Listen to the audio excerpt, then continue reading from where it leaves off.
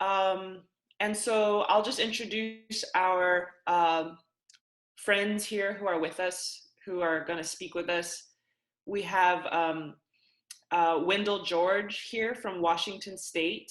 He is an elder from the Colville Confederated tribes, and he'll share more about his specific band and where his people are from, and share some of the perspectives from his nation.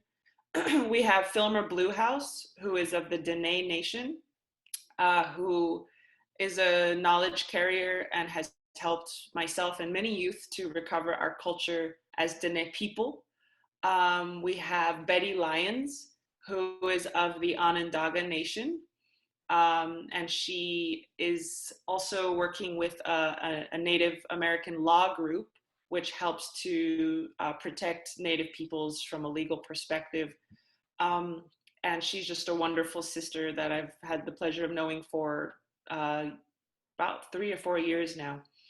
And then, of course, we have Glenda Breiler, who is a candidate in Washington State, and she's also going to be sharing her perspective, not just as a candidate, but as an Indigenous woman who's going to be an Indigenous woman wherever she is or whatever her title is at the time. And so, yeah, that's who's on. And then at the very end, I'm going to give a little bit of a discussion about the 7 Generations New Deal, which is a climate policy and economic policy inspired by Indigenous principles. So I'm just going to put our schedule here at the, oops, I put it in private. I'm going to send the schedule out to the chat right now, so you kind of have an idea of what's going to happen the next hour and a half. So yeah, without further ado, we'll just pass it off to you, Glenda, and just say whatever the heck you want to say. And thank you for being here. Thank you, Lila, for organizing this. I called up Lila and I said, hey, I'm behind on my goal here. And she did everything she could to make this possible in a very short amount of time. So with that, I'll introduce myself. Wyatt Hoskell Hall, Eastqueest Glenda Breiler, in Meestum Squeezed Ron Breiler, in Toom Squeezed Patricia Breiler, Tali Hastapanat Slahalt, Otigweeseed Chud, Otigweeseed Chud, Otigweeseed Chud. Hello, good day. My name is Glenda Breiler. I am a member of the Colville Confederated Tribes Okanagan Band. And my parents are also here with us on this Zoom. I introduced them as Patricia Breiler and Ron Breiler. I also live on the west side of the state. My people are in north central Washington State, and I currently reside in Thurston County, which is on the west side of Washington State, and the traditional territories of the Medicine Creek Treaty Tribes. That is Squaxin, Nisqually, and Puyallup. This was a traditional trading location here, and that also encompasses our Chehalis people and our Skokomish people. I'm also related through marriage to the Chehalis people. I am also the great-great-granddaughter of Chief Antoine and come from a long line of strong and resilient Indigenous leaders. Thank you for giving me the time and space to speak about my campaign. Thank you for supporting me. And, thank you for being the reason why I'm going to be the next bold voice of the 22nd Legislative District here in Washington State in the House of Representatives. Lila and I have been talking for a few months now. I actually was inspired to run because of her campaign. And I have, since built a sisterhood with Lila, and she has supported me through this, running for office is very difficult. It's a very difficult process. There's a lot of, you have to get several endorsements. You have to fundraise. You have to win over voters most of all, which is what we're doing right now. I also just want to say I decided to run for many reasons, but recently it has become more clear to me representation and equity matters. We need voices that embody those that have long been ignored. As a leader, I feel like I have those lived experience of people that need to be represented. And when elected, I will be the only Washington State tribal member in the state legislature. There's 29 tribes here in Washington State. And, you know, Wendell and I's tribe, we're the second largest tribe in Washington State. We have about 9,500 members. I think during this time of crisis, during this pivotal time in our history, I think that's extremely important to remember. My family has lived on the waters of Washington State for thousands of years, and it is in my lifeblood to protect these living ecosystems of the Salish Sea, coastal, and Columbia River ecosystems. For my people, the natural laws of the land have been passed down through what we call the Chaptequal. Through the Chaptequal are Okanagan people. So there's 12 bands of the Colville tribe, and I'm of the Okanagan band. Also in our language, it's Seal. And we learn, the Chaptequal is basically where we learn our responsibilities to the water and the land, to our people, to our nation, to our Indigenous relatives all over these beautiful lands. You know, Hahai Sil, water is life. In our lifetime, our essential Salish Sea, coastal, and Columbia River ecosystems face irreversible collapse. And I believe we must stand up to ensure the protection of these Washington State watersheds for generations to come. At my core, that is why I am running for office. In addition to running to protect our watersheds and their ecosystems and all Indigenous community members who depend, and all people who depend on these ecosystems for subsistence, I am running to safeguard our climate and hold big polluters accountable. I want to start off this time also with letting you know and providing a clear sense of why I'm running and where I'm grounded. And it is in my culture. And to do this, I will share a short story with you about my time traveling by canoe along the British Columbia coastline. So it was my first canoe journey in 2014. And after much resistance from my loved ones, my desire to leave work and travel for 2 months in a canoe became a reality. And I was invited by the people of the Medicine Creek Treaty Tribes, by the Puyallup Canoe family as an adopted member on their journey to Bella Bella, BC. So basically I went from Victoria, BC, and paddled all the way to Bella Bella, which is about 600 nautical miles. And it was just 2 months of intensive travel. And, you know, I traveled with youth and elders and met so many youth and elders and communities along the BC coast, and their warm invitation of our canoe family into their smokehouses and longhouses. And I remember vividly of the health of their ecosystems. And the feeling of that time was the first time in my life where I never wanted to leave. And although the canoeing was difficult, we learned and leaned into prayer, song, and laughter, and our relationships with the water. And that was the first time I felt myself come alive with purpose. I watched the natural world up there and its vibrancy and the abundance of wildlife in the waters, on land and in sky, and came home with a burning desire to bring my ancestral prayer for a healed environment into my work.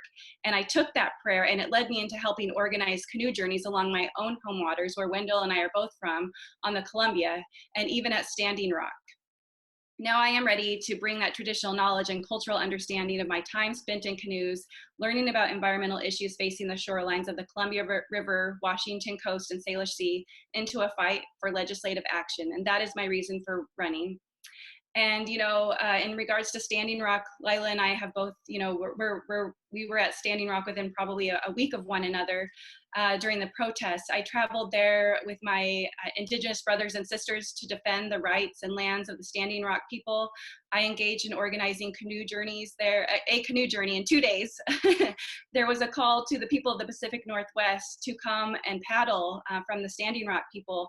So we organized a 2-day paddle. We were met with a thunder and lightning storm, and we survived that. And, you know, in our protection to fight back against the Dakota Access Pipeline.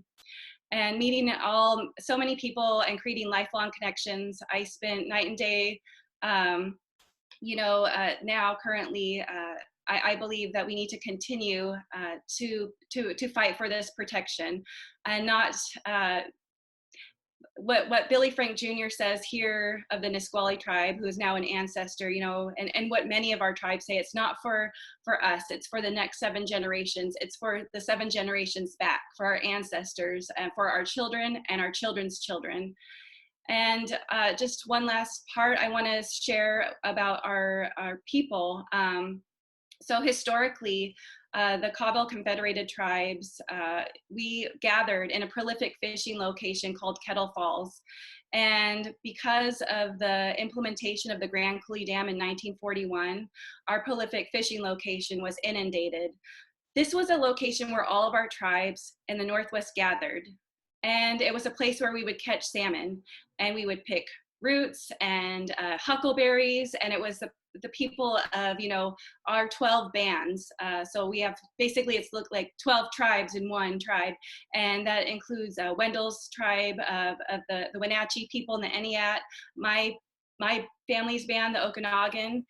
We would have powwows, we would have horse races, we would play stick games, and that would result in intertribal marriages. And there was an intention to build political support. We would build with one another. So because of the loss of that prolific fishing location, we, for years, did not gather in that location of our Upper Columbia tribes. So in 2016, I know I might be going a little bit long. I just want to check in with you, Lila. Am I okay? Oh, you're good for another minute or two, yeah. Okay, so I'll wrap up with this last part. So as I said, Grand Coulee Dam was built on my tribe's land. It's the largest hydroelectric project in the United States. And the construction of Grand Coulee Dam flooded an entire area and cut off salmon from spawning upstream. So in 2016, with my knowledge from the tribes over on this side of the state, I took that knowledge and brought it back to the Columbia River people, who had since lost our canoe culture, revitalized our canoe culture, and created a paddle to Kettle Falls, our first Columbia River canoe journey. And our 5 Upper Columbia tribes participated, and we were able to converge. And for the first time, our tribes traveled these waters, the path of the salmon, since the construction of the Grand Coulee Dam. And the canoe culture that existed for the Okanagan people and for all of our 12 tribes and all of our Upper Columbia people was revitalized, and now can continue to be restored for thousands of years. And so I just wanted to share those stories. I'm so thankful for the elders here. I believe that, you know, we all come from water, into this world in water. We all need water to survive. We're all connected by water. And I also honestly believe, like Lila says, she'll talk more about her plan, but my relatives, the Medicine Creek Treaty Tribes, the people of the water, have been utilizing the Salish Sea, and also my people, the Columbia River ecosystems and ancestral lands, for resources since time immemorial. And we need to work toward working with people that have a proven track record of sustainable practices for the next 7 generations, and keeping our tribal relatives to the environmental decision-making table will ensure that our state has an environmental process that is inclusive of our tribes. That would be at the forefront of having me as a legislator. We are in a crisis because of the state process that we currently have, and we need to remember to ensure that we have Indigenous voices at the table. White Linglam, thank you so much for your time and space. Thank you so much, sister, and sorry to rush you a little bit there. We will have a 30-minute Q&A at the end of this, so if you want to ask her more questions about anything, really, you're welcome to do so. So again, for those who are joining late, thank you so much for being here with us. This is a very special moment right now. We have 2 elders about to speak about their perspective. So it's very special to us, and yet it also feels just like a meeting between friends, because all of us on this call, we're here to help our Mother Earth, and we're here to help our people. And so we know that's why you're here, and we feel that prayer alongside us. And so we really appreciate you being here with us in community like this to talk about this. And for each and every one of you, you know, we pray for your health, your family's health, and we hope that your communities are doing well. So we're really grateful that you're here. Thank you for coming. So now I'm going to pass it to Filmer Bluehouse, and he is a Diné elder from Fort Defiance, Arizona, and he has just made my life so much richer in so many ways, and taught me and my peers so much. And so I just really appreciate you being here. And you have until, you know, don't feel rushed, Che. Just go as long as you need to for about 10 minutes or so, or longer. Yeah, everyone out there in this natural world that we live in, the difficulties and the peace, the harmony, healing, all that put together. For me, my clans are the Many Goats clan of the Diné. Originally, we come from the Tiwa group down around the Galisteo Basin area. I am born into the Diné tribe approximately 18 generations ago. My father is the Onandaga clan, the one who walks around you, or the warrior guardian protector clan. My Che, my grandfather, is the cliff dwelling clan. His origin came out of the Mesa Verde area. And then my Nollies, our paternal grandparents, are from the bamboo reed of the Hopi. So in that sense, I'm a quarter Navajo and 3 parts Puebloan in this whole region. But anyway, that's who I am. I've practiced traditional healing and peacemaking since I was about 12 years old. I was taught by a man by the name of Bluebird. He was very, very, very instrumental in the teaching, as my father encouraged me to walk almost every day for about a 7-mile period, and in order to go out and help Bluebird. We lived out there near the place we called Balakai, which is where the reeds grow on the mountain, west of Burnside Junction, out toward Chinle, Arizona. That's where I was raised. But anyhow, my journey of all the stuff that I've been through in my lifetime, the things I've learned, I want to express what I have learned and what I teach, and as far as art and philosophy is concerned. It is my observation and my learning that there are 2 things that are necessary to realize. 1 is healing, and 2 is peace. Where does that come from? That comes from the creation and journey narratives, things I've shared with Lila, things I've shared throughout Indian country, teaching peacemaking and the like. And by the way, I've been up in Washington State and places like that, teaching peacemaking to various organizations and tribes. I've been basically through the United States teaching peacemaking. Anyhow, back to the creation and journey narratives. That is the place where knowledge and information, the power of healing and the power of peace come from. The narratives. I don't call them stories, because when we talk about stories, we're talking about things that are kind of fictitious, and I don't label it as stories. I label these things as experiences of humanity. Particularly in Native America, we all have narratives of who we are, where we came from, and the different variety of metaphors, analogies, and the like of expressing our traditional medicine and self-governance. Again, back to the idea of healing and peace. That was the foundation of the creation and journey narratives of self-governance, healing, and peace. That is the place where I go to. Now, where does that come from? It comes from within, because we've been created with the things of the substance of the universe and of the earth. In other words, I'm talking about molecular structure. I'm talking about nuclear energy, protons, neutrons, electrons, and that's the source of that knowledge. When you are in ceremony and you start breathing and you start going through the rhythm and all those type of things, you're able to tap into those areas of who we are deep down. In other words, I'm talking about the data and information in the molecular level, in all of our molecules and all of our genes and all of our cells of things who we are.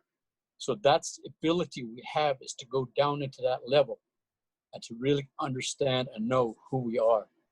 Self-governance comes from that area too.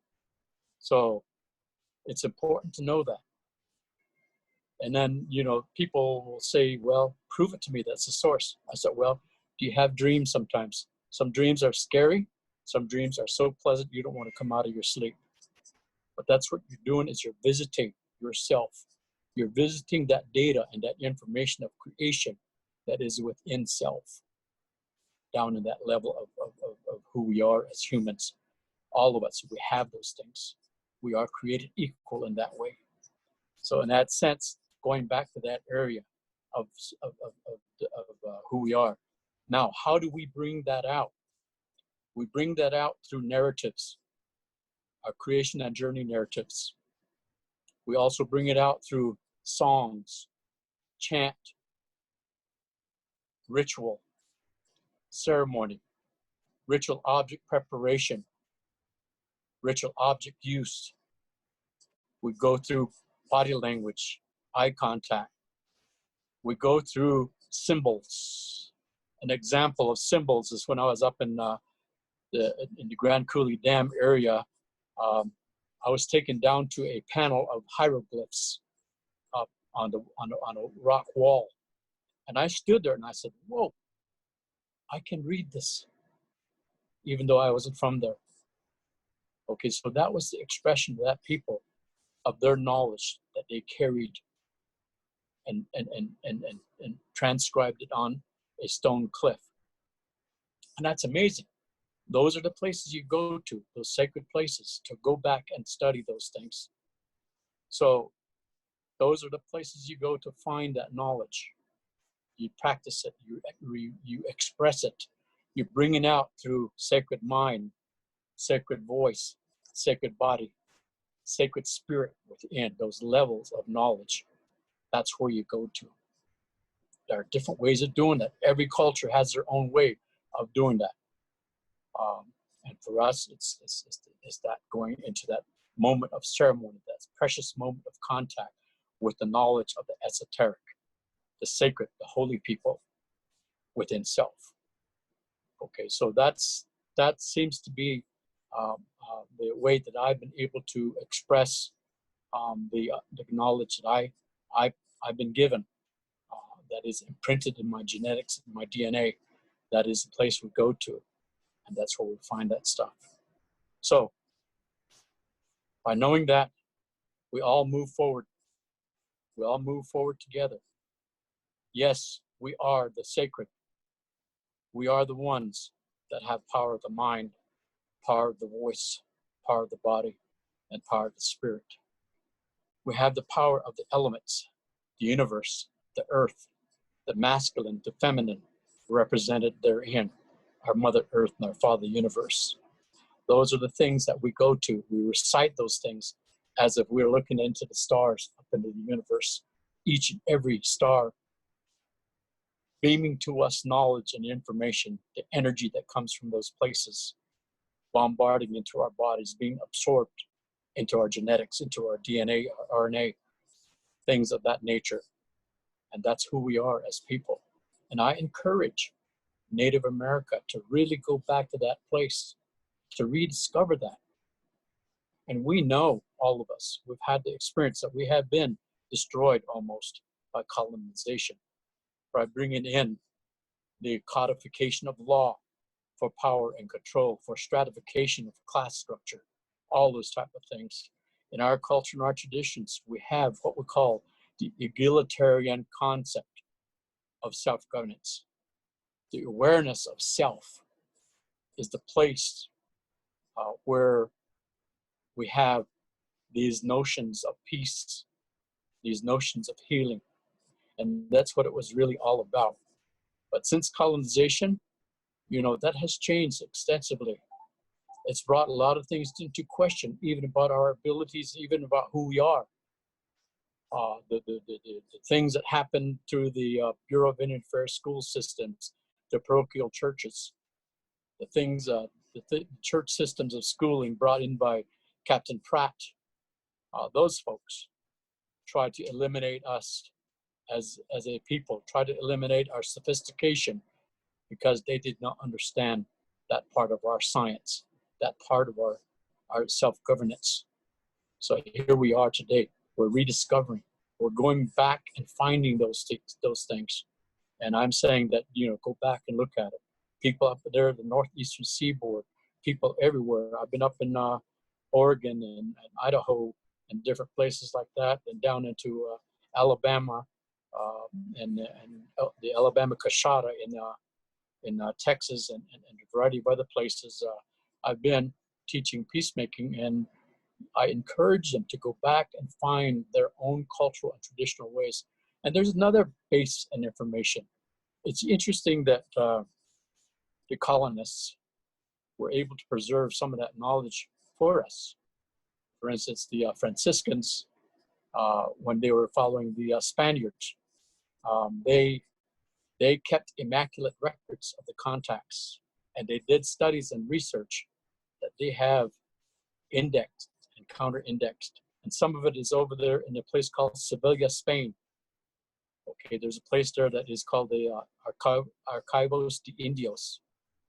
And the Franciscans cataloged everything, and that is now existing over there. So I would encourage finding some of that original knowledge and that information that may be there in the Spanish language, which apparently can be accessible.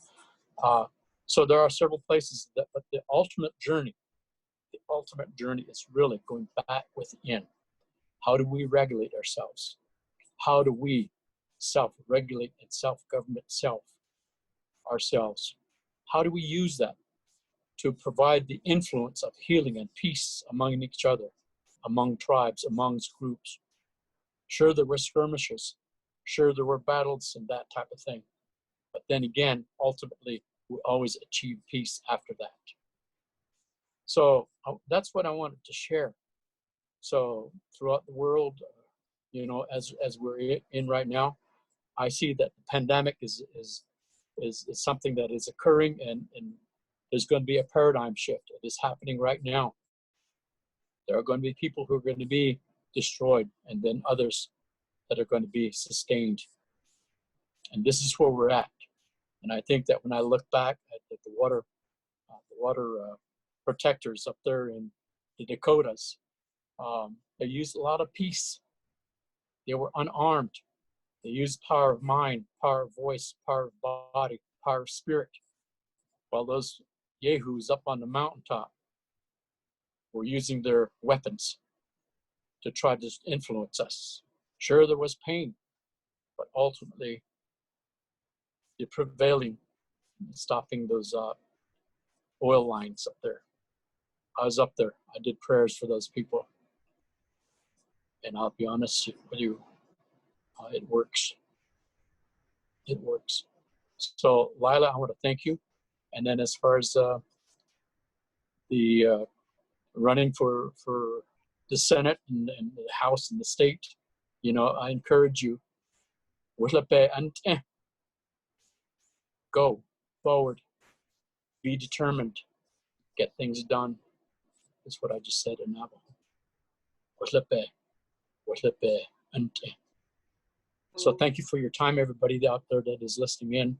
I just wanted to appreciate that you are good people, that you are sacred people, that you are healers, that you are makers. So let's remember all of that and share it with the world. It is possible.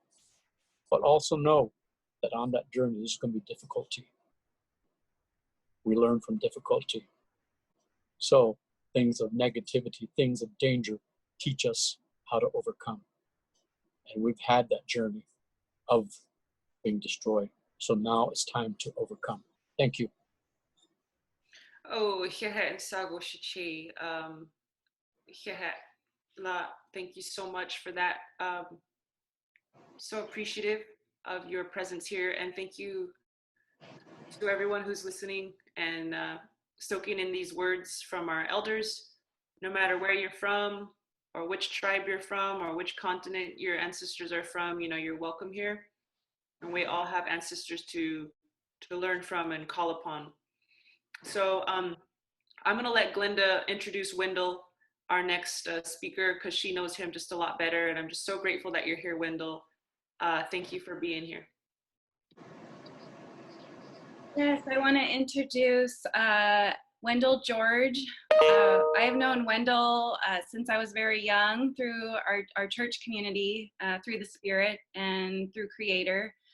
And Wendell, so I mentioned earlier there are 12 bands. Also, you can look at it like there are 12 tribes that were put together as the Confederated Tribes of the Colville Reservation. I am Okanagan Band, and Wendell here is a part of the Entiat, Wenatchee, and Moses Columbia bands. And he has been someone I have looked up to since I was very young, and I'm so thankful for Wendell. He also was a part of a video when I thought that I could make documentaries. I realized I'm not very good at editing, but he was somebody who shared stories when I asked him, you know, what are the historically traumatic impacts of Grand Coulee Dam on our people?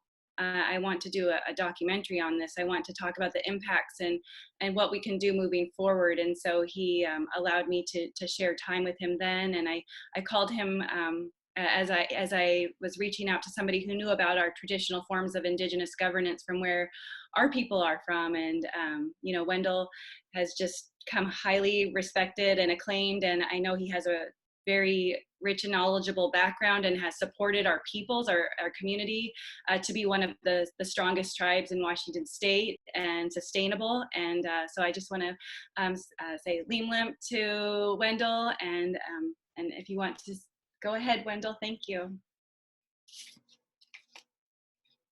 I think you're on mute, Wendell. Oh, it went to a mute. Can you hear me now? Okay. I've known Glenda for a while, but I know her parents from both sides and her grandparents from both sides. And this is kind of typical of our reservation. We get to know everybody. And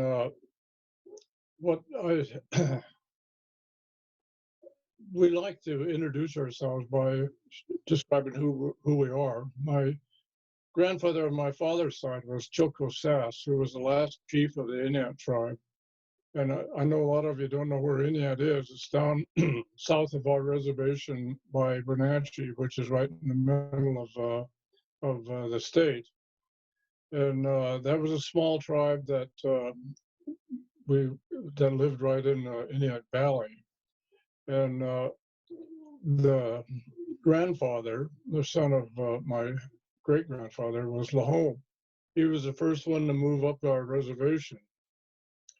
And he would have been chief because Chilko Sass was the chief, but the chief system was destroyed by the BIA when they created our Constitution. So Lahome was not formally the chief, but he was a chief of not only the Inuits, but a number of other people, because he moved up to Cartar Valley, which is next to Omak, where I live now. And it was a mixture of some of the 12 tribes that were there. So we actually changed, you might say, where we were from. And this whole system sort of destroyed our governance. We had a chief system, and it was destroyed. Now, I want to describe a little bit what the chief system was. Chief was selected by 3 different ways. Most people think that it was if a person was a chief, then his son or his series of sons became a chief automatically. That wasn't always the case. It was a test to if that first son was capable of being a leader, then he may become a leader. But it had to be the consensus of the tribe before that happened. And a lot of times, the person that was chosen to be chief, succeeding the former chief, was the strongest. He just could beat up on everybody, and so he told them, "I'm going to be chief." And he was that way until some bigger guy beat up on him, and then that guy was the chief. Now, that kind of succession didn't last very good, didn't work very good for the tribe. And so a lot of times the tribe lost everything because of that. the best way for choosing a chief was somebody that could demonstrate his leadership ability. And our women, as mothers, tried to train their kids to get that leadership ability. This was built into them, and so at the point of that when that has to be chosen, the one that showed the most capable leadership ability was chosen, and this could include women. Women were always key to our tribe. They could discuss all this. So what they did those days, they would have what we call a council of fires. Usually this was after workday. They would get together around a fire and talk about whatever issues they had of the day. And the women were part of that discussion. And many times they had the best ideas. So those ideas were adapted. There was never, like the United States didn't let women vote until around 1920. So tribal people always let women vote and actually lead, because I'll get to that later, but when we created the news system, many women were also on the tribal council. So that was never, they were never left out of the whole situation. So I want to tell you what the environment of that era was. The tribe encouraged individual independence, and by that I mean everyone was expected to carry their own weight. Everybody was expected to provide for their family, provide food and shelter, and whatever was needed for their family. Everyone, that was absolutely expected. And if somebody became incapacitated in some way, then the chief would ask people to volunteer to help that person or that family, whatever it was. And many times it fell to the chief himself. And so the chief, a lot of times, would wind up giving everything away. So he instead of being the richest person in the tribe, he was the poor. And this was just the natural way to do things. But the tribe was strong if everybody lived up to what was expected of them. If people became weak, then the tribe would become weak. So it was back in those days. They lived from year to year gathering food and everything, because it was not.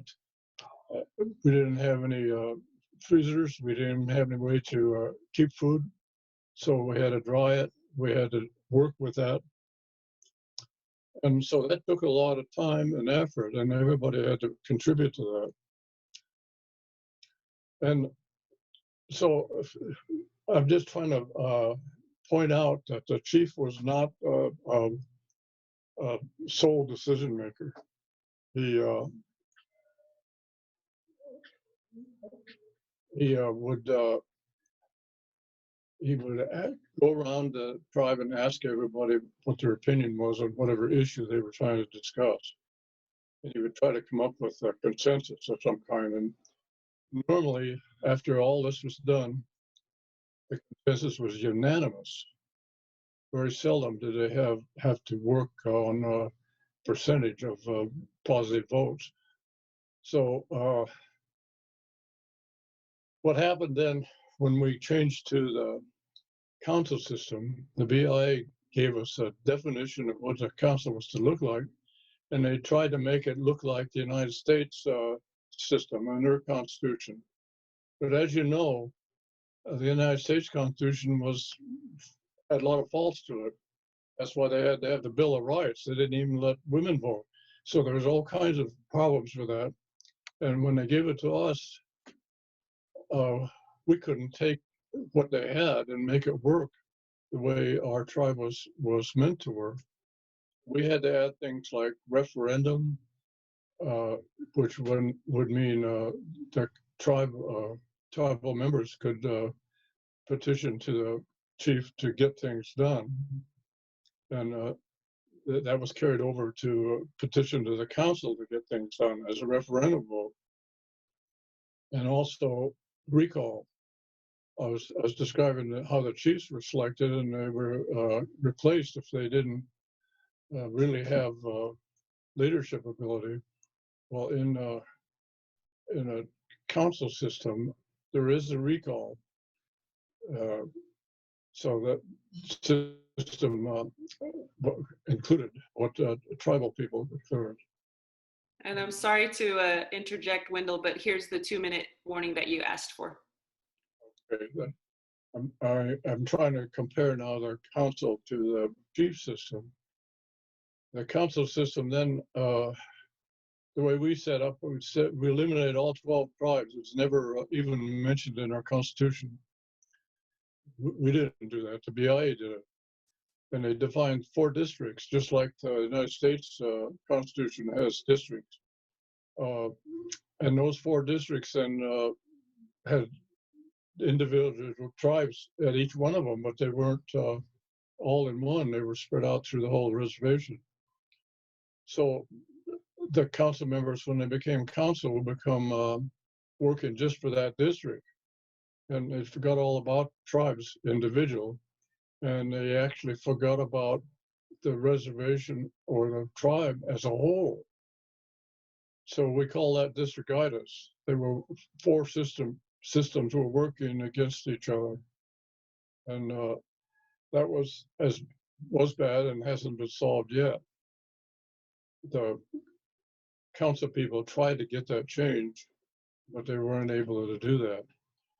And what we have now is a council system that give favors to the tribal members, more favors probably than is warranted, because they're just trying to buy votes. And of course, that system works with the United States too, but they're so large it doesn't really impact all that much, but it did with our tribe. So basically what it encourages is the individuals to look for handouts. We call it, there's several things about it. Back in the old days, we had Fort Indians. They were starving because they took away our way of life. So they sat at the fort asking for handouts.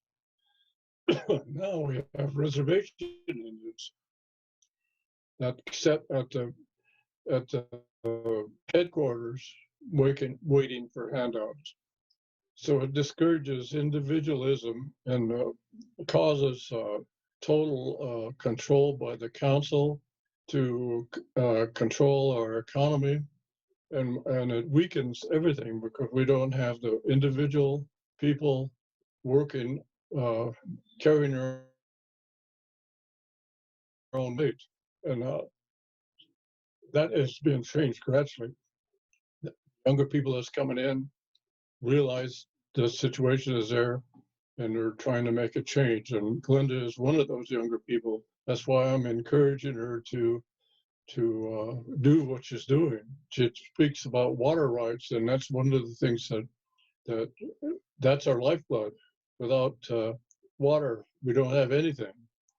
And we got the Columbia River, which was being given away to Moses Lake area, and then we finally got some of that back, but that's been a 20 to 30 year fight.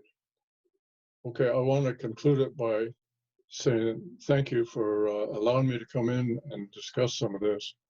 And one other thing I'd like to end with is Filmer talked about various spiritual things that tribal people have, and I'm totally in favor of that. Our own tribal people have some stories that we call the Star People. The Star People are actually, according to the story, we came from the stars, and so we're still tied to all the galaxy and everything on Earth and all people on Earth. We're all one, but with the system, the way the physical system that we have today has caused us to lose sight of that. And I think that's what Filmer was trying to get at, is that we got to bring that back. We're all tied spiritually. And if we work together, we can solve all the problems that we have. Bye-bye. Thanks. Yeah. Thank you, Wendell, for that very invaluable understanding. I think that what you shared is going to stick with me for a long time. What all of you have shared is going to stick with me for a long time. And I thank everyone for, holding space for these important ideas to come out. And we really encourage you to apply them to your context, to your community. We're now going to hear from Betty Lyons, who is of the Onandaga Nation, who is a part of the Haudenosaunee Confederacy, also known as the Iroquois Confederacy up in New York State. And she's just a wonderful person. She's related to Oren Lyons, who's has changed a lot of our thinking over the past few decades. And one of the things Oren always said was what Wendell said, was the women, Ben Franklin took democracy, but he forgot to remember to bring the women aspect from the Haudenosaunee Confederacy and the importance. So it's really exciting to hear this perspective from Betty as a woman from the Iroquois Confederacy. So to go ahead and take it away, Betty. Thank you so much for being here with us. We really appreciate it. Thank you. Niwahaskano, Gayaji Gainhia'a. My original name is Gainhia'a, and my colonized name is Betty Lyons, and I always like to make that distinction. I'm still a citizen of the Onondaga Nation. We have not accepted citizenship from the United States, our nations. So that's kind of a distinction that we're pretty proud of, and my heartfelt love and care goes out to Wendell and the challenges his nation faces, because it is hard when the colonizer comes in and destroys everything that you are accustomed to and doing, and destroys that and replaces it with something so foreign, without ties to the natural world, and it doesn't work, and you're left to struggle with it. So I want you to know I'll be thinking about you often after this day. But I'm really happy to be asked to talk about the forming of our Confederacy and our traditional government as it still exists today, as it did, thousands of years ago. The forming of our Confederacy was right here in what's upstate New York now, what's considered upstate New York, on Onondaga Lake, where our peacemaker came and brought our 5 warring nations together to no longer fight against each other. And when that happened, it gave a code of conduct or a list of conduct and how we would manage our affairs in dealing with one another, and that we would be brought together in unity as there is strength in that unity. The U.S. government has taken a lot from our nations, the Haudenosaunee Confederacy, and patterning their government after our government, asking us. Ben Franklin had asked 2 of our men to come to talk to them, and one of the first things, as Lila was talking about, first thing that our men asked was, "Where's your women? Where the heck are your women? What are you doing? You can't have balance. You can't have equality. You can't have a democracy without involving everyone, including the natural world, the spiritual world," right? They left a lot out. So our Confederacy, our chiefs are chosen based on values of character. So I kind of want to give people the idea and the thought to really think about that. As young men growing up, our women choose our leadership, And so we all look at our young men that are growing up and how they are, not only as kids, as they grow into manhood and these values of character. Are they a good person? Are they kind, caring, compassionate? Are they going to defend their family, their clan family? I'm a Snipe clan of my nation. And so I'm proud to say our chief is an amazing leader, as our clan mother is an amazing leader. And there's that balance. There's that constant balance of man and woman.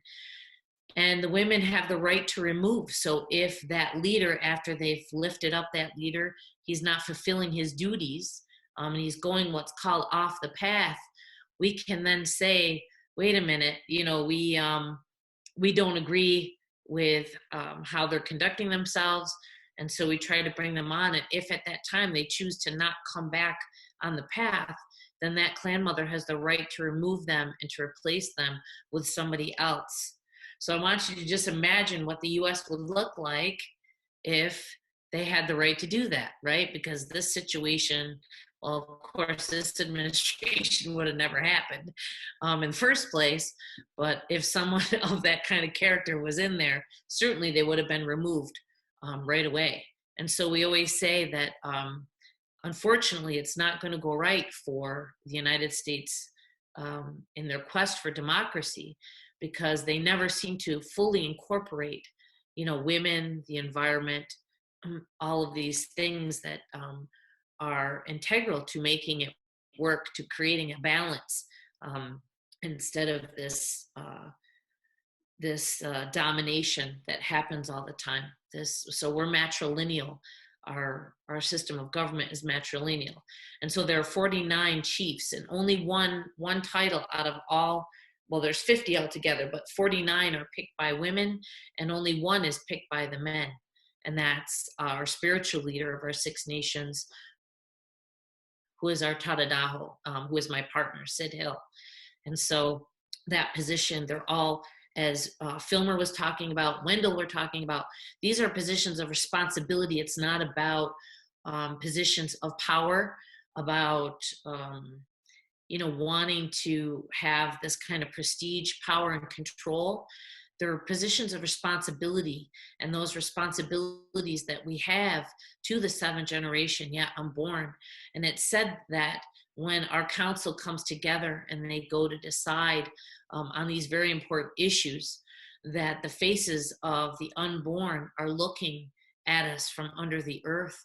They're watching everything that we do. And that to me it's so important. I try to live my life based on the principles of the great law of peace that was given to us by our peacemaker, that we conduct ourselves using the good mind. And that doesn't mean that there isn't conflict, and that doesn't mean that we don't have problems or issues that don't come up. It's how you resolve those conflicts, how you deal with that, those issues is what's important about using the good mind, not being angry, not being, out of revenge or hateful, or, the things that we're seeing now in this administration, again, would not happen because we don't conduct ourselves that way. It's about peace. It's about working and resolving those issues that are so important to us. I also wanted to talk a little bit about how our women inspired the women's rights movement. So one of the non-Indigenous women had the opportunity of they lived very closely, one of the women suffragists, Matilda Jocelyn Gage, very closely with our women, and noticed that we had rights that other nations didn't have, right? And so she said, never was, justice so sweet from what she had seen from our women. And she wanted to be part of our nations because she was given a voice. She could speak at meetings where she wasn't allowed to before. And I think that it was Wendell that said it about how women weren't even given the right to vote, right, until the 1920s. And so with that, when you don't have, you know, half your population allowed to participate in your government, like what kind of government is it? And I think that decisions would be made very differently from the perspective of women, like Glenda, incorporating the earth, incorporating how important water is, how important all of these are. We are so interconnected to all of those things. We are not separate. I see the US government, how they compartmentalize these different things like health and, you know, the economy and, you know, medicine, and they're not separate. Everything is connected. We have to start really, as Wendell said and Filmer said, getting back to who we are and making sure that all of our bringing each other up in that way of thought, that it's all connected and that we can't exist, you know, without one another. We can't, we wouldn't survive. We wouldn't survive without water. We're not going to survive, you know, without food to eat. And if this pandemic has said anything, it's that it's a pandemic of the world, of what's happening, you know, the selfishness, the lack of spirit and community. And I was talking to Lila about this pandemic and how our nation has been pretty fortunate to keep the pandemic out of our community. And when we've been asked by many people, why is that? And I say, well, we've been self-isolating for over 500 years. I mean, that's part of it, right? Like, but then the other part of it is about this general care and concern that we have for one another, feeding our elders during this time, trying to take care of one another, and how important all of that is. And so people like Glenda, like that are, you know, fighting to make these changes. We have to make sure that those voices are raised, that people like her are voted in to change this dynamic, because otherwise our mother is only going to get sicker and sicker. You know, we have to help her. We're the burden, you know, we're the ones that take and we don't give back. So I want to thank you for having me here today. And especially to Glenda, I'm sending you all kinds of energy and prayers that this is, you know, successful, and to encourage everyone that has accepted citizenship to get out there and, you know, do your part to make sure people like her are raised up and their voices are raised. So Niweha. You know what? Really nice to hear all of that. Really, like I said, invaluable. I could really listen to all of you talk for like days and days, and maybe we'll have to do that someday. So we do have about 24 minutes left, supposedly, according to what we said we would do. We could go a little over if we need to. I am so grateful for all of you being here. I'm going to speak a little bit. I mean, there's a lot I could say about Diné governance, traditional governance, and how our people were, even that word governance, probably don't have that in our language exactly. So it's a very different world. But I think what I'm going to do instead is I'm going to go ahead and go through what we call the 7 Generations New Deal. And this is a policy item that I helped to create with the community of Indigenous and non-Indigenous climate scientists. And I was running for office in the state of New Mexico, as some of you may know. And during that time, we cultivated this policy. And sadly, I did not win. I didn't even make it to election day, and that's a whole other story. But I guess that's what happens when you try to run against the Speaker of the House, who is in the pockets of the fracking industry and the big pharmaceutical industry and casino industry and Budweiser industry. And that's what happens when me as a candidate raises over $100,000 in 20 days. You know, they get very scared and they throw everything they got at you. And that's what happened to me. So it was a good lesson though. It was painful. But what I'm really proud of and happy about is that we created the 7 Generations New Deal. So I'm just going to share my screen. For those of you who are on the phone and can't see the screen, I apologize. But this is a policy item that we created, And it's essentially a 7-point plan. You can find it at sgnd.info, which stands for 7 Generations New Deal. Obviously, it was inspired by the Green New Deal put forward by AOC, Bernie Sanders, and the usual suspects over there doing a wonderful job in DC. But we noticed that the Green New Deal did not have a lot of concrete policy items that we could implement today. So each one of the 7 points has a concrete thing that we can do to create change in our government and therefore in our world today. So I will go ahead and go through those 7 points right now. So as says here, a climate policy centering Indigenous science and environmental justice, a 7-point action plan for an era of urgency. So the first point actually is democracy.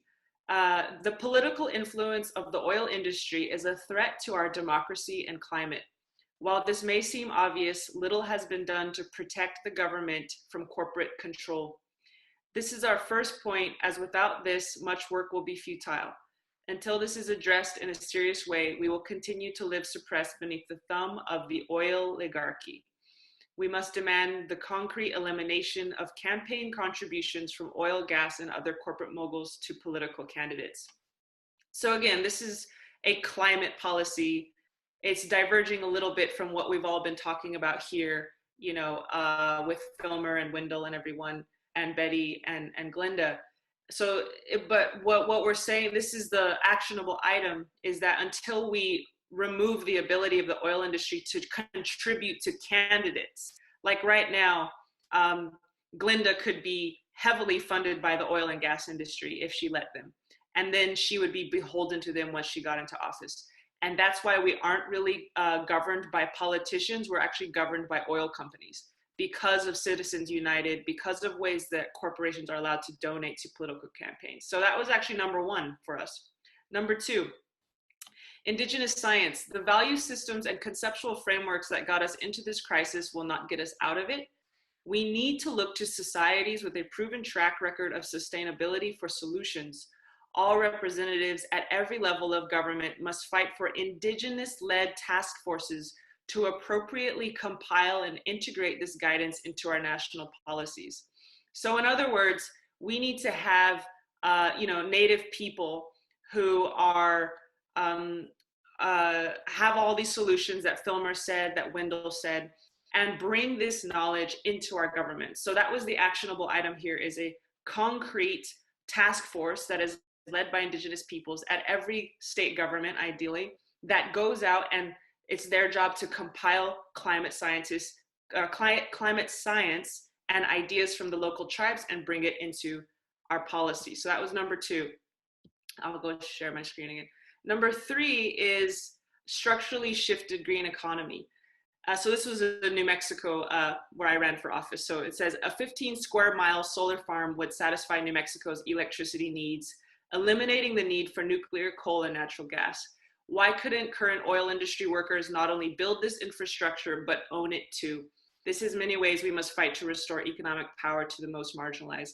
So the Green New Deal is, not just creating wind farms and solar farms, but who owns those wind farms and solar farms? Because if we don't change the ownership structure of, the electricity grid and everything in general to more cooperative ownership structures, then we will just be recreating the same economic structure of hierarchy where one CEO runs the whole thing, and he's usually a white man, to changing it to where, my people and Filmer's people, we are the oil industry workers in New Mexico. They get Black and brown people to run these oil fields. They're very hazardous jobs.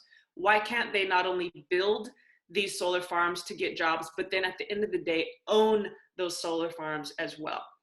So ecological restoration is number 4.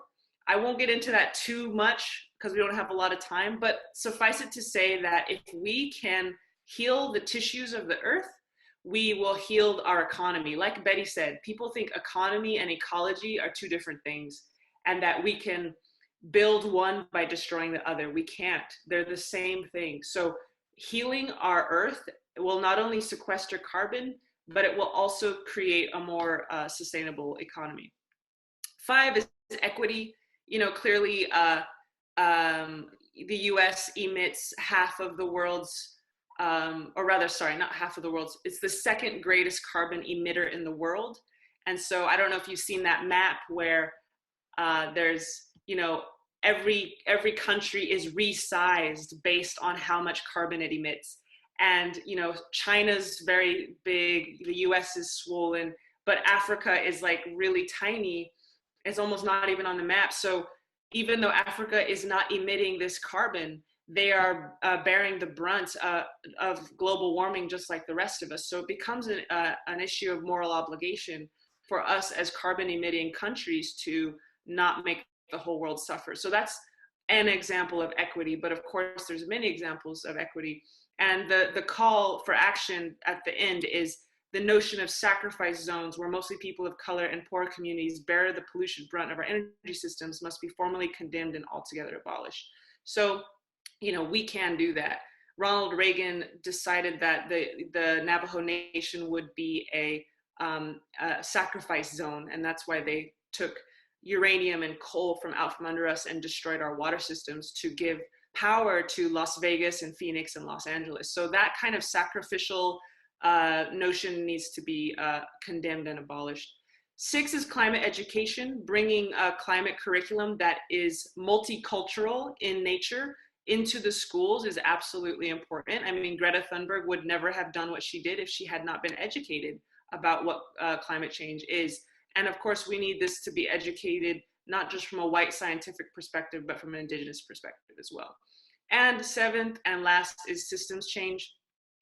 This is a very big one, but everything from instituting legal rights for nature to incorporating the true costs of fossil fuels into our state and federal budgets, to rearranging subsidies to close the wealth disparity instead of widen it, to generate policy in conversation with communities instead of above and apart from them, to undo patriarchy and racism by electing more women and women of color, and to design every governmental decision such that it is accountable to the next 7 generations to come and beyond. So I would really love for all of you to, share this policy, bring it. This policy is meant to be plagiarized. This policy is meant to be adapted. This policy is meant to be used at every level of government. So, feel free to use it whenever and wherever you want. And thank you for taking the time to go through that with me. And that was created in conversation with people like Corinna Gore, with people like Yvette Collin of the Oglala Sioux Nation, and just really getting different ideas together for that. So thank you for bearing with me for that more left brain thing. So without further ado, we're gonna get into questions. You can ask questions. Oh wait, there's already one right here. So this is for you, Betty. Betty was sharing about examples of governance, and you can put them in the chat now if you'd like. We don't have a lot of time, I apologize, but we'd love to get to as many as we can. Betty was sharing about examples of governance that isn't siloed to different fields. For example, health, transportation, environment. How would this take shape at a local scale and at a national scale? Does that make sense, Betty? You want me to read that again? Yeah, I mean, I think I know what they're saying. Like, how do you break the barriers down from them compartmentalizing it? And so, I mean, one example, I guess, is what we do at the UN. We always talk about the territorial integrity of Mother Earth, something that you were talking about in those 7, the 7 generations for the New Deal. Is that every time that we have this conversation, regardless of what the item that they have for you, that they lay out for you, you can always find some way to make it fit for you. For example, they will say, oh, we're going to talk about, healthcare systems for Indigenous people this year at the UN. So to break that down, we go ahead and we talk about all of the things that are interconnected to that, right? Health systems. So to try to break those walls down. It's a constant it's a constant kind of hammering away, like pecking away at it. And having conversations. I always say relationships are the most important thing. Relationships that you have with other people. We can't just have them with ourselves, because you're never going to break those walls down if you don't step outside of that and you start talking to leaders in neighboring communities. Or the leaders that are governing your area. You have to have those conversations to try to break those walls down. I hope that's what her question was about. It's hard because I can't read it, but I hope that's what it was. Yeah, no, I think that's exactly what it was about. So here's a question for everyone. Anyone who'd like to answer. The word governance is associated with power and decision-making in English. Is there a different word and therefore idea or approach in Indigenous languages besides governance?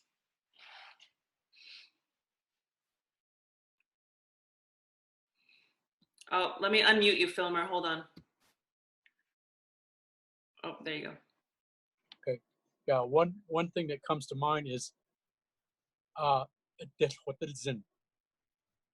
in our language, having awareness and knowledge of self, having aware and knowledge of your power, what you can do, what you can't do, having the awareness of knowledge of the universe and the earth. In other words, that knowledge, when we say means to be aware and understanding and strong and willful and healing and peaceful, all those things brought in together. And to me, that goes back to the idea of self-governance, where our Aboriginal self-governance model was actually an egalitarian, what is now called an egalitarian system by the English people.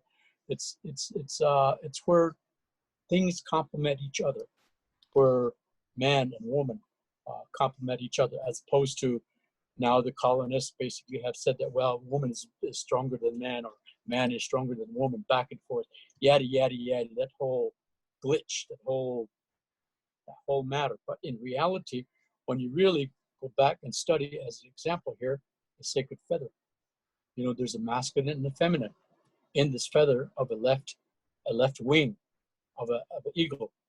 And then the right wing of that eagle, is the masculine and the feminine. In this case, the leading edge here is masculine, because it has to protect the matrilineal line, because it's the one that gives life. Okay, so the following edge then is the one that uplifts and takes into completion the effort.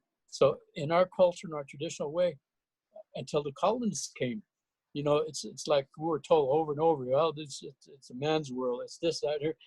Biblically, the tree of knowledge, where the woman was blamed. Well, in our culture or tradition, women have a role. They have a leadership responsibility. I mean, me as a man, I cannot give birth as a woman can, as an example. She can. So when we complement each other, then we create things move forward. Okay, so the feather, the left feather, the right feather, balanced by the peace feather.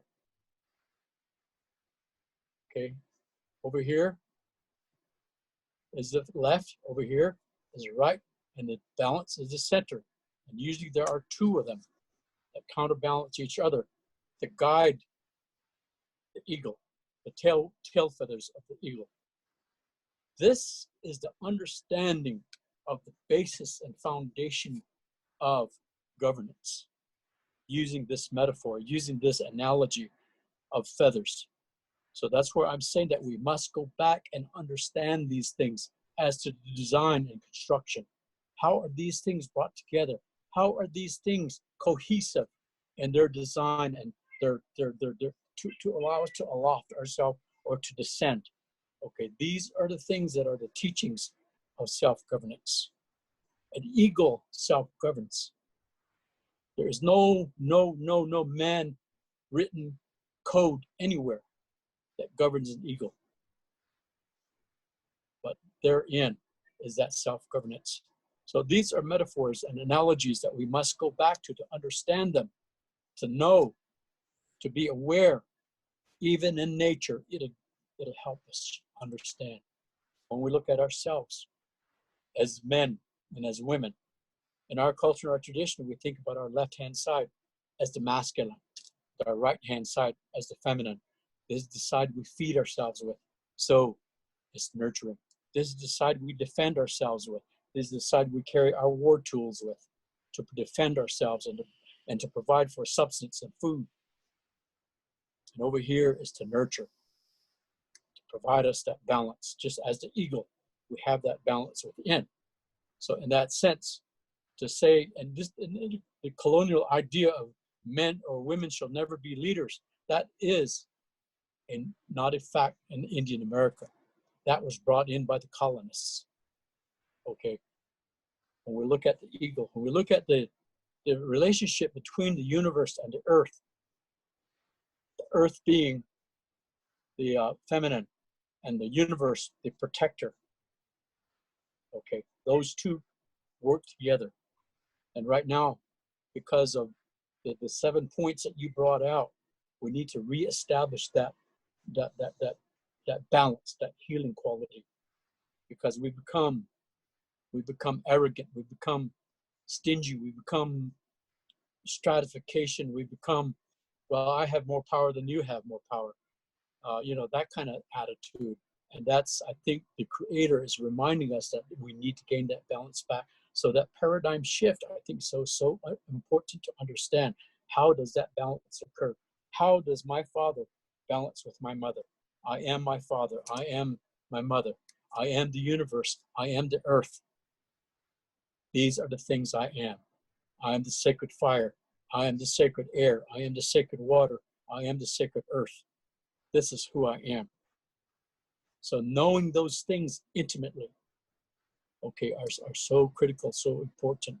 And certainly we have, in one way, form or another, been destroyed because of colonialism. Some of our beliefs have been kind of withered down or pushed aside in favor of other things. Certainly we have our own science expressed in our own language, in our own metaphors, analogies, in our understanding of self, understanding of the data and information that is imprinted sacredly within our bodies, within every gene of our bodies, within every helix coil, every neutron, electron, proton, whatever we are consisting of, the sacred. We need to learn how to go there instead of looking at books, researching books, because that was most likely written by colonial people. And when we start believing that, and then certainly we get away from our own belief systems, our own knowledge. Okay, so I think that's important to understand. And yes, it's going to be difficult because we've been colonized. Even for me right now, I'm speaking English. I'm colonized. I also speak my language. It is wonderful, my children, the wonderment of creation. So going back to that, it's going to be so critical. And there's certainly every culture and their tradition, like for instance, up in the northeastern seaboard, the wampum belt. Okay, how do they read that? How do they understand it? Okay, up in Van Coulee Dam area, how do they understand the river, the water, the nature of that, the power of it, the sustainability of it, all that kind of stuff. Their narratives based upon water. Okay, so it goes on and on. So going back and looking for ourselves into those areas to bring that out, to make us strong again. So that just a brief answer. I hope that answers. Yeah, Jay. Any other words or phrases from our indigenous languages that, and if there's a tribal people on this call, so if someone wants to jump in and raise their hand, we can unmute you. We just locked it down to ensure that the security for this Zoom call was really good. We didn't want any interruptions to the elders that were inappropriate. So Betty, go ahead. So I was just talking to Sid, just walked in, our Taradaho, who's also my partner, and he reminded me that Gaya Nat Satgona is about the power of the good mind, or that but it's so much more than power. It's like the strength of that good mind, and then the responsibilities. There's so much in our words, right? I think what Filmer is saying is that it encompasses so much more than just those things. Our languages are so important. It is about that balance, that constant balance of all things, the male, the female, all of that. And so I also think that it's so important that we continue to try to learn our languages again and make them strong, because the importance of those words, they're so much more meaningful. They tell such like more of a beautiful story than what English has to offer. So for us, it's the power of the good mind, and using that good mind when you're making all of these decisions. Wendell, would you? Oh, sorry. Go ahead. I'll defer to Wendell. I'll say a couple of words. Oh, Wendell, you're on mute.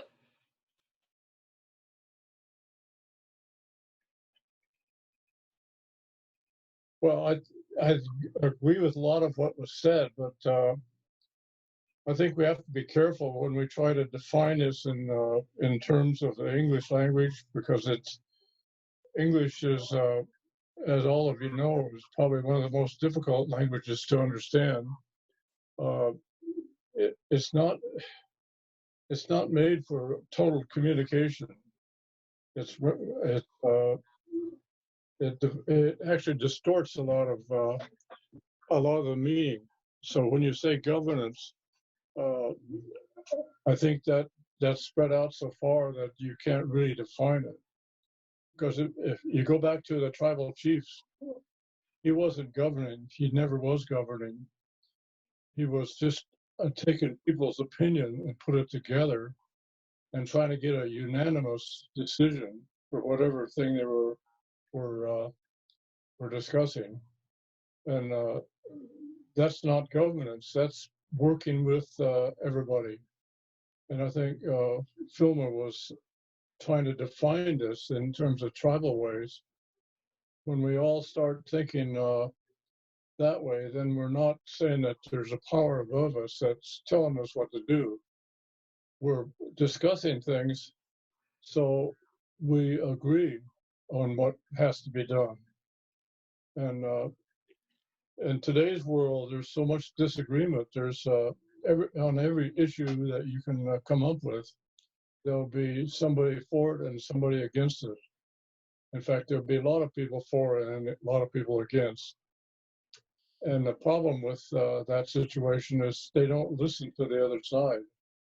They decide on their position, and they say that's right. There's a position that's opposing what I'm thinking is wrong, and they don't listen to the argument which may change their mind. And that's where we're at today, not only in the United States, but all over the world. Okay, that's basically what I was saying. So really quick, Glenda, we are at the time we said we would end, but I think whoever wants to stay on, you're most welcome to stay on if we're enjoying this conversation. But obviously, for those of you who have to go because you didn't schedule, we just want to send you off with a lot of love and prayers, and want to thank you for being here. And we're just really grateful we could share this time. I think one of the biggest things I learned today is that we need a lot more time to really unpack these ideas, which is fine. We can do that more later on. And yes, this is recorded, so we'll do our best to send it out to folks in some manner, via email, of course. And so that might take us a few a few days to get to you, so please be patient. And yeah, so with that, I think we could just keep going. And Betty, Filmer, Wendell, Glenda, whenever you guys need to jump off, go ahead, but just stay on as long as you want. Yeah, I just wanted to say, you know, some of the forms of governance I look at is through our Sail, our Okanagan people. And, you know, there, like I said earlier, there are 12 bands in our tribe. And so, you know, I think the Okanagan have always governed our land according to our principles, as I said earlier, our Chaptequal. And through our Chaptequal, our Okanagan people learn about our responsibilities to the water and land, to our people, to our nation, to our Indigenous relatives all over these beautiful lands. And we all, you know, have that responsibility to our water, and that water is life. And that these principles carry with them inherent responsibility to take care of our land, you know, we have this song of the Okanagan people that we always share, Atli Kusuiwi Nungtao, Atli I Sukanakain, Atli I El Temkolu. And so that's, you know, we are beautiful, we are Okanagan, that's because we come from this land. And I think, you know, just building off of what Filmer and Wendell said, I believe there's a lot to unpack, like you said too, Lila, and that this could be a conversation in itself, you know, and I think maybe Wendell said this earlier, you know, we were self-reliant and now we're trying to be molded into a system.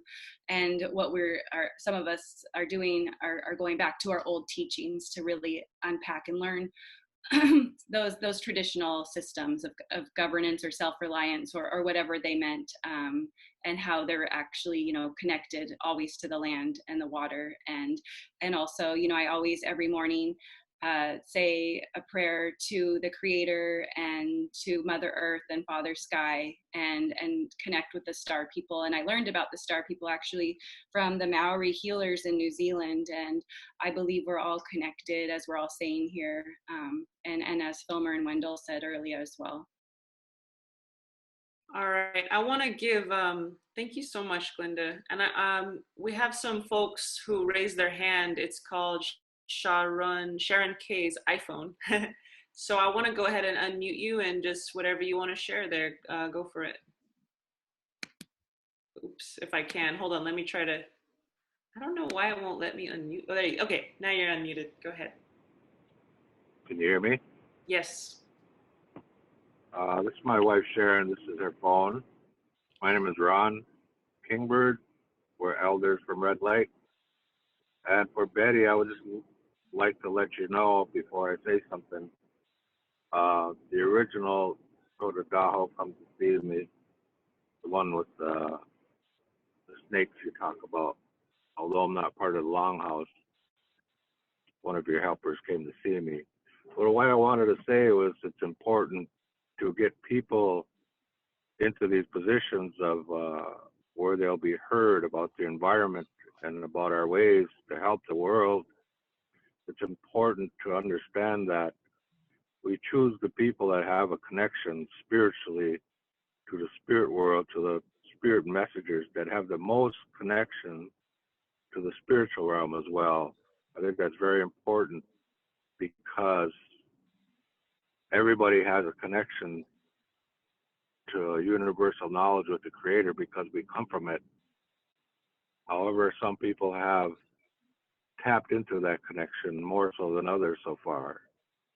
And I think that's important to choose the ones that have a pretty good spiritual connection along with the morals and the way they live life. They live their life in a good way. That's just one thing I wanted to add. Thanks. Thank you so much. I appreciate that. And I just wanted to share something as well, that, you know, from a Diné perspective, our language is very different from English, and we are usually verb-based languages as Diné people, as Indigenous peoples worldwide, actually. And my elders tell me that English is a very impoverished language. that it's very, it's not rich, although all it seems to talk about is riches and material things, but it's a commerce language as well. But I know that in our communities, a few years ago, we did a walk around our sacred mountains, which are spread out all in Colorado and New Mexico and Arizona. And it was me and a bunch of youth who decided we were going to walk to each of our sacred mountains, which were hundreds of miles apart. And they carried that staff to each of the 4 mountains in a clockwise circle. And they did that over the span of a whole year. They went season to season. They went to a mountain each season. And during that time, the young leaders who were among us, they said, our tribal government is failing us. Our tribal government has become completely corrupted by oil and gas money. Our tribal government has been completely consumed by patriarchy. And Filmer and I could complain all day about the Navajo Nation government and how it's basically a caricature of the American Congress. And anyways, it's very bad. So what our young people said is our mountains are our leaders. The mountains are our Nat'ani. That's our word for leaders, Nat'ani. And perhaps Filmer could give us the etymology and the history of that word. I'm sure it has a greater meaning than I understand, but we were saying the mountains are going to teach us how to be on this earth. And so at that time, these youth, they're so beautiful. I was grateful to just tag along with them. We carried these flags, and the flags had the mountains on them. And no one had ever made these flags before. We just invented them, and we said, this is our flag, is our dzich, our mountains. The word for mountain is dzich, and the word for strength is dzil. So strength and mountain are connected words. And so when we walked around to each of those 4 sacred mountains, we did learn a lot. And so that's another interesting thing to think about, is how maybe traditional indigenous governance, which I realized after listening to that question that I kind of set us up for failure by framing this whole conversation in English, under an English heading, but how our traditional indigenous governance might have been more about following the lead of Mother Earth and Father Sky, as it were, than following the lead of people. And so that has been really helpful. And like Betty said, when Ben Franklin created democracy, he not only left out the women, he also left out the natural world, and he left out the spiritual world. And as Betty said, her people said, ooh, that's not going to go good for them. It's a good try maybe, but that's not going to work if you deny the quote unquote rights of nature.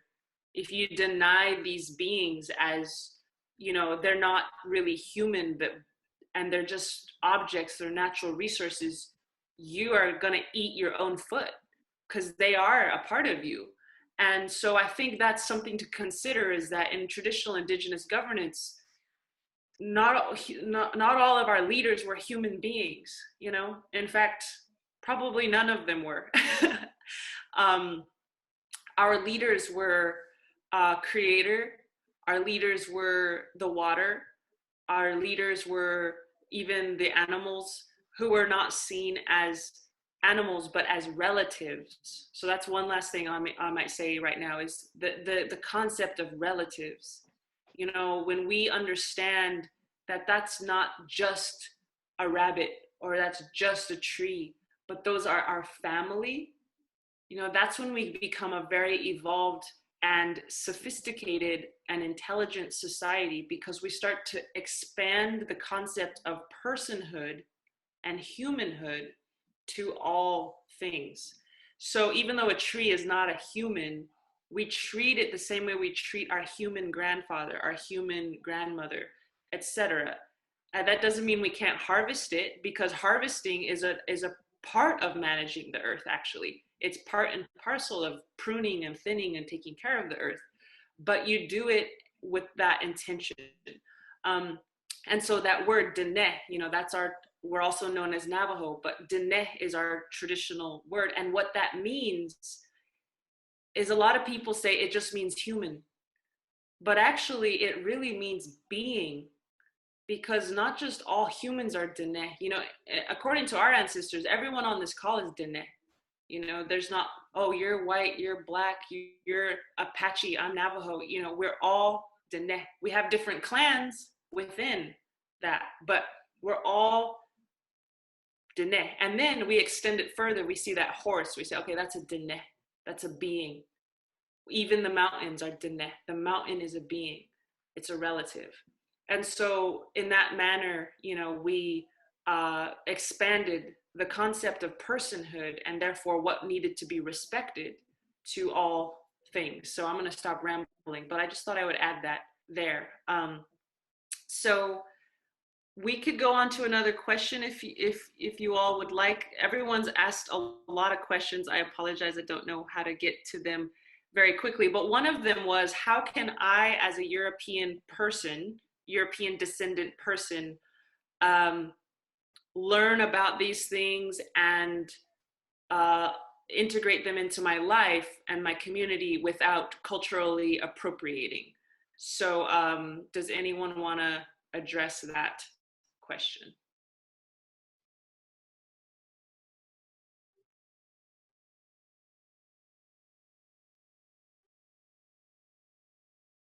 Oh, Filmer, you're on mute.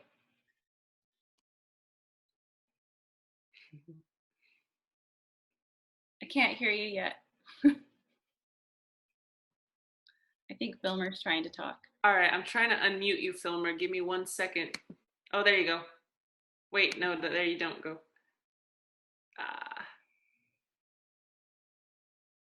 Sorry, 1 second. Try and unmute yourself again. Okay. Oh, there you go. Okay. Yeah. All right. Yeah. The question that came through just now is the idea that, we're talking about appropriation and things like that. Well, to really discover who you really truly are, when you go back down to your individual tribal functions, because I know in the European countries, you've got Germanic tribes, you've got all kinds of different tribes. Go back and study and research those things. What was their contribution to the true contribution of the totality to offer to human? Of course, certainly, we've gone beyond that. We've become so individualized that my power is better than your power, and how can I take some of that in order to improve myself? No, the idea here is to really go back and study who you are, who you really are. Not to say that you are better, but to say that, how do I contribute? What gift was I given by the Creator to contribute in this whole effort of getting things done together? Going back to the notion of peace and healing, it seems to me that many things that were placed on this earth were done just for that, to find peace and to find healing. That's the main objective. However, we've corrupted that by discovering certain things and forming class structuralization and all that kind of stuff. I mean, those are things that were learned, but that has become corrupted. I mean, the other day I was listening to a couple of Navajo youth who were talking. They said, yeah, man, the Kilichi, they are better than the Onandaga, and back and forth, yada, yada, yada, yada, yada. I said, no, that's not the point. The point is, how do the Red House people, my clan, are assisted by the Onandaga, the warrior protector clan? How do they complement each other, as opposed to saying one is better than the other? Stratification. That's not the point. That came through European notions of structure, of classification, and all that kind of stuff, which is, again, somebody earlier said that would you compartmentalize everything?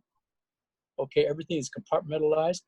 Well, when you really go back and look at even the structure of a feather, there is compartmentalization, but in that sense, we take it beyond to say that, how does this leading edge complement the following edge?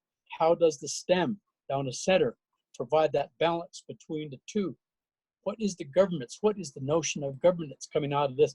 Self-awareness. because knowledge comes in through the tips of these feathers. It goes down to the center, and it goes into your being and your body. The warrior side, the peace side, moving forward together. That is the notion. So going back and really studying that nature. I mean, you know, the Brehon law over there in Ireland, you know, they're going back and really researching that area. What was the law? What was the law? How did it all come about before we started using law as oppression and law as power and control? You know, that wasn't it. It was more self-awareness, more oh gosh, there's a word for it. Self-regulation. Okay, that is important. But now we've come to say, well, you know, this shirt color is better than so and so over there, so mine's the best one. You know, that kind of stuff is going on, and that's where I think we get this whole divide and conquest better than. I mean, I remember even growing up in parochial school. I graduated from a mission school, and even there, you know, I was told over and over, you got to be better than your cousin. Look at him, he's stupid, he's dumb, he can't speak English, and that kind of stuff was going on. It's destroying of that whole idea of complement. How does men and women complement each other? How does the universe complement the earth? How does the leading edge of the feather complement the following edge, the left wing feather? And the right wing feather. How does that balance occur, even in the nature of our brothers and our sisters, the birds, the bird kingdom? Diné. How do they complement each other? How do they all exist with each other? How do the coyotes have harmony with rabbits, and so forth and so on? All that kind of stuff. To research and study that can teach us a lot. Instead, we're looking to those books. You know, sure, there's knowledge in there. Sure, there is. But then again, we need to really take a look at nature, to heal self. Yeah. Do you wanna speak on that, Glenda, or? Pardon me? I was just talking to Glenda. Yeah, I have a few ideas about it. I think that well, I'm about half European and half Diné, so I definitely have been in these worlds and at the bridge of them, if you will. And I think that what Filmer's saying is really important, that we have to know ourselves as European peoples. Even the word Europe comes from the word Europa, who was a female character in a Greek myth, and she was used as collateral for like a bet between two men, you know. So even the word Europe is Greco-Roman in nature, and many of us are not Greek or Roman. As European peoples, many of us were colonized by Greco-Roman forces. And so my lineage comes from what is now called the British Isles, right? But that was conquered by a lot of different forces. And there is medicine in those islands. I've been to them, and there is medicine there. And there are, and someone just said thank you in Gaelic in this chat. And I think that's important to learn our languages. The Welsh language was prohibited in school until the 1930s. And if you got caught speaking Welsh, they put a block of wood around your neck and they wrote WN on it. And that stood for Welsh not. And the only way you could get this block of wood off your neck is if you caught another kid speaking Welsh. You know, this is right there in the British Isles. And so that until the 20th century, this was going on. And so Wales, if you're Welsh, you know, those are good things to research. Those are good things to understand. The language is Cymraeg, and Cymraeg is being revitalized right now. If you go to Wales, all of the signs are in Welsh. So they're actually doing exactly what Native people are doing. We're trying to get our culture back. And so there are places where you can learn these things, not just in books online from people, but also through your own prayers. And Hilary Jovale, who was on the call earlier, is writing and publishing a book called Becoming a Good Relative. and she speaks about her journey, finding home. At the same time, here we are on this continent as European peoples. How do we be sensitive and respectful to the fact that we are on this land? And I would say that what turns it from learning, fruitful learning, to cultural appropriation, one of the things that turns it to appropriation is if we commodify it and if we sell it. We can't take this recording of Filmer and then go sell it online on the black market. Oh, Native American knowledge, So don't do that. But anyways, you'd be astonished what's going on. I saw a guy trying to sell a class to become a shaman, literally like $500 a pop. And he took that knowledge from a medicine person in the Andes. And so that's where it becomes appropriation. Another line is,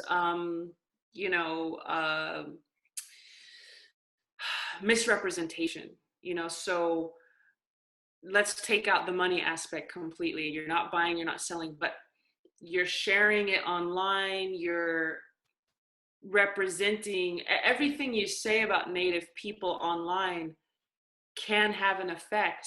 So I think that's another thing, is to try not to tell people's stories for them, right? You're representing Native people for them.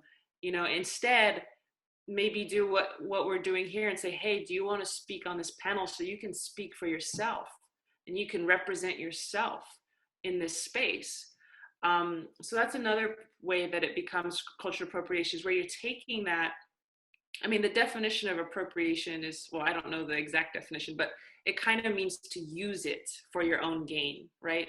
So I think that's the line we don't want to cross, is to not use this for our personal gain, either for fame, like, oh, look at me, I run sweat lodges now, I'm the new guru on the block. If you want to heal your people and you want to do sweat lodge, great, because people need a safe place to pray. That's very rare. But if we want to do it to become the guru on the block, that's a whole different thing, right? So then other thing is the money, so if it's for self-gain, that's when it crosses that line. But let's say you're here, you're learning from Filmer, you're like, wow, this is amazing. I can take this and I can bring this into my local government, and I'm going to go have a conversation with my city councilor about this. But I need to get Filmer's permission first. Hey, Filmer, I would like to bring these ideas. Is that okay? This is the way that I would like to present them to the city council. Is that okay? You get that permission, and it becomes a collaboration, and it's not about you, it's about what these ideas are for, which is hopefully, if we do it right, is to help others.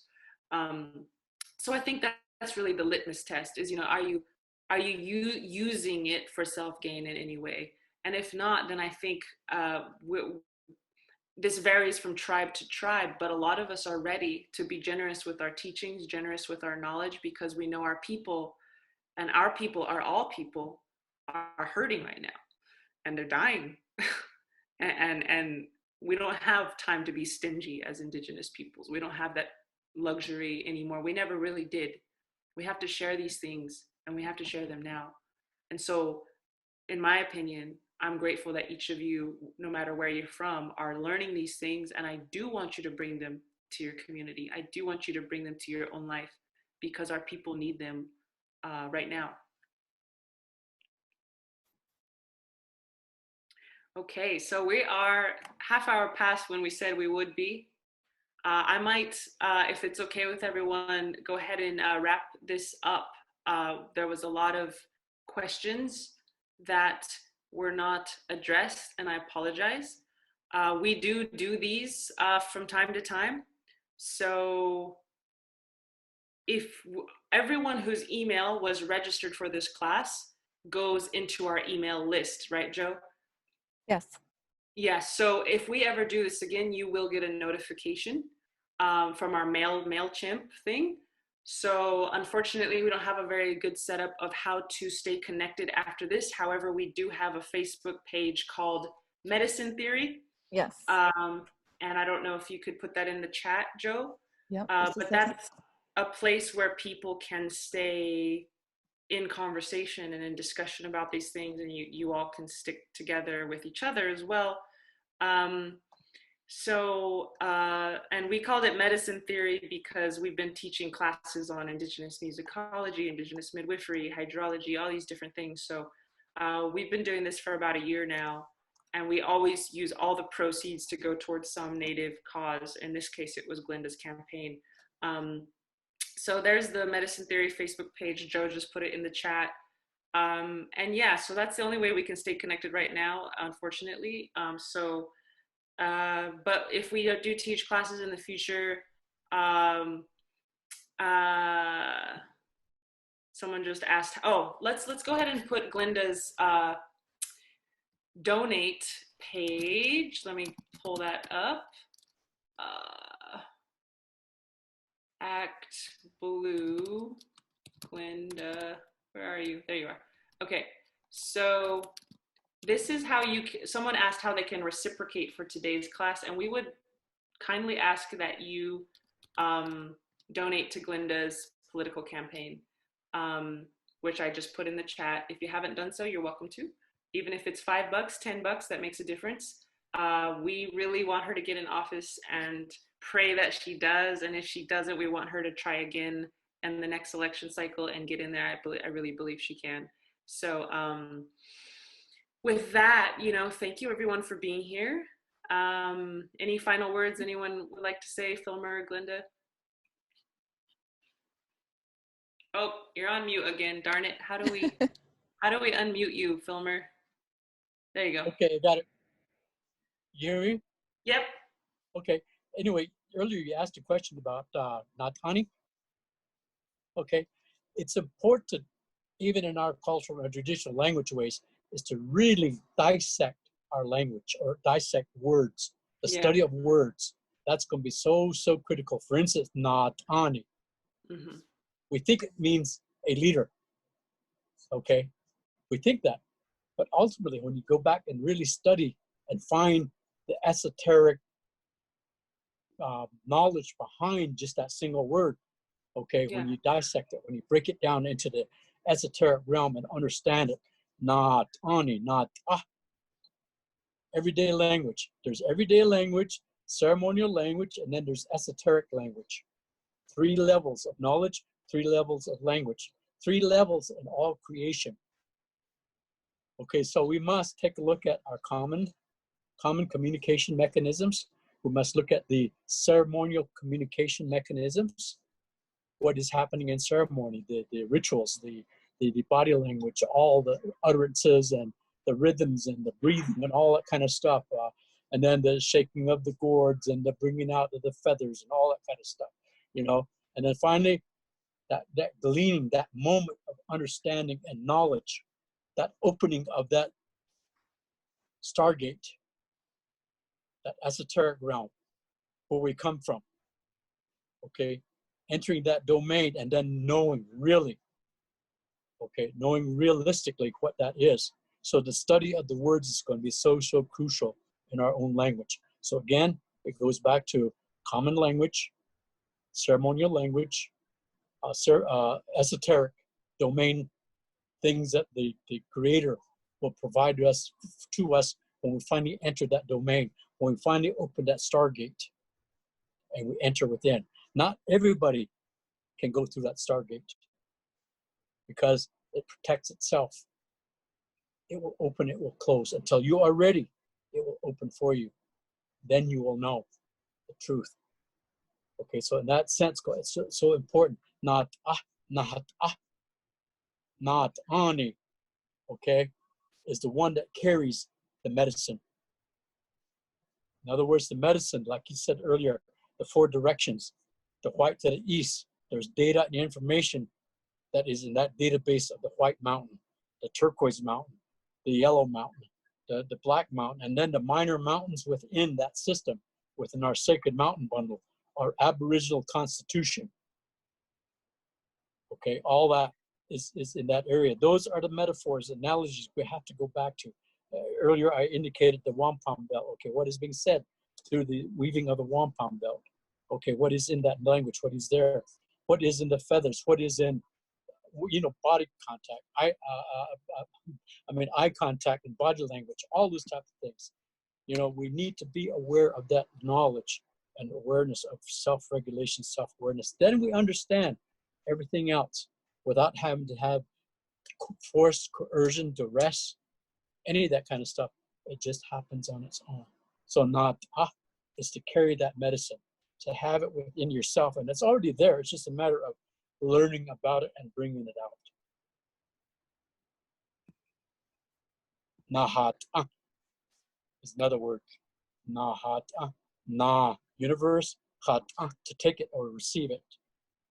Okay, to take that knowledge of the universe, take that knowledge of the earth that's been handed to you. It's in your genetics, in your DNA, it's in your RNA. It's down in your molecules. It's down in every little helix coil of your body. Everything that is designed in there. The place of the spirit, the place of life spirit, the place of knowledge. It's in there. Not I hope that helps a little bit more. Oh, it's really beautiful. Thank you for unpacking that word, leader. That's why it's so important for our native languages to be protected. I heard a statistic that there are about 230 native languages being spoken in America and Canada, and only, I think it was 30 of them are spoken by all three generations of the community. And that's down from thousands and thousands and thousands. So these are so important. If there's anything you can do to protect native languages, to learn them, learn your own native language is so, so important. So Ikiahet and Sago, thank you so much. Anything else, Glenda, that you'd like to add before we close? I just wanted to, I know Wendell had to step off, but I wanted to thank my elder from my community, Wendell George, and also filmer Blue House. Sorry, I am so appreciative that you've been to my homelands and seen some of our hieroglyphs, and there's some near where my family lives, and it shows the procession of kind of, it's a forewarning that there were boarding schools on that path, and I go visit there the last few years with my family, and I appreciate what you're saying about how it's not your language, but when you see those paintings and on our land, on our rocks, on our mountains, it speaks to you too. And I named our son, our 2-year-old, after the sky, and people said, why did you decide to name your son Sky? And then I said that's what he wanted, and he came to be, and he said that, and in our language it's Skamasket, and like you're saying, the sky and the universe are all one. And I just am so thankful for everyone here that was willing to support my campaign.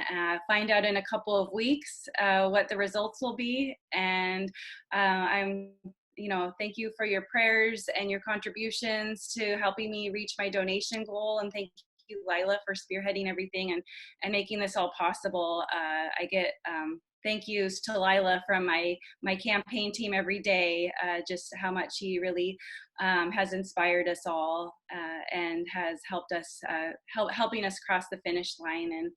And I also am someone who does everything I can to bring my people's language into my life every day, and into my son's life, and into even back into my parents' life. My parents are both Colville tribal members, and they'll say, how do you say grandma, and how do you say grandpa? So we're all learning together.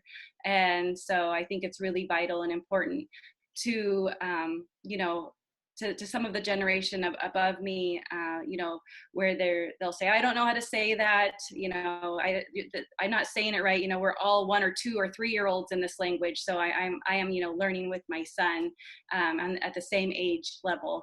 And so I fully encompass that. And I'm sorry to be long-winded, but Pihamink, I love you all. And Tali Hastapanat Sahal, I'm so thankful to be in this moment with you here right now. And I hope you have a wonderful Sunday. And thank you, everyone. Yes, thank you all so much. I'm gonna take off the thing where you can't mute yourself, so you could just say goodbye if you want.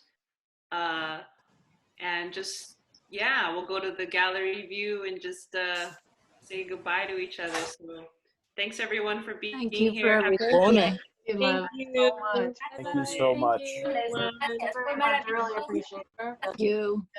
For your service. Gratitude. See you again. Bye. Thank you. Thank you, Lindsay. Glenda.